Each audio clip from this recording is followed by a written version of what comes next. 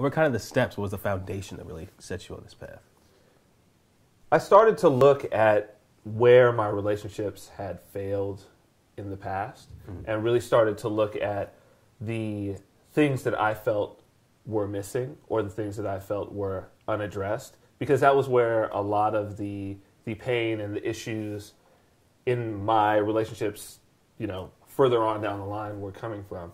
So really looking at what I felt was missing was the thing that put me on the path to say, well, there's a scarcity issue here. It was me taking a look at the relationship that I was in and saying, I've got the wrong mindset here.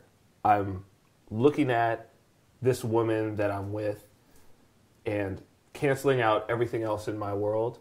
I'm focusing completely on one, and as soon as I changed my perspective and really just kind of went with that old "there's other fish in the sea" maxim, and expanded on that to take that further, that's when everything changed and my relationships became so much more healthy. Okay. But everyone talks about, the other fish in the sea. Everyone says it. My uncle said that, there's other fish in the sea, keep moving.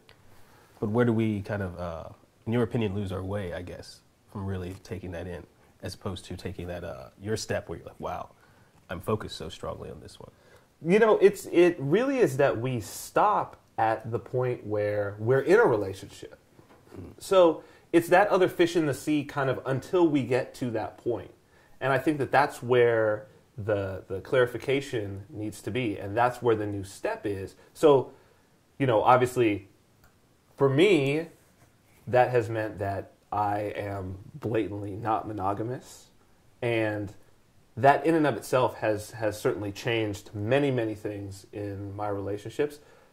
And it's just particularly taking that first step and that big step as saying I'm choosing to live with a perspective of abundance, that there's so much more out there for me, rather than force myself into a situation of scarcity.